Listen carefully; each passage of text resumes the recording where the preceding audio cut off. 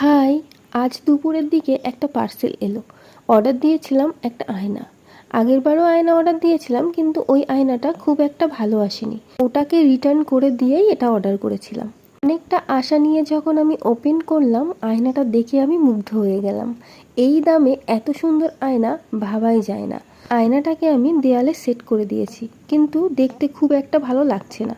সেই জন্য আমি ভাবলাম ওর পাশে একটু আঁকিবুকি করা যাক।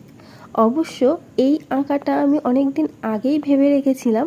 আর এখানে আমি পেন্সিল দিয়ে প্রথমে শেপ দিয়ে নিয়েছি, তারপর এখানে কালার করছি।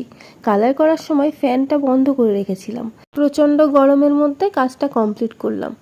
বাড়িতে এখন সবার সর্দি কাশি হয়েছে, আমারও গলার অবস্থা খুব একটা ভালো না।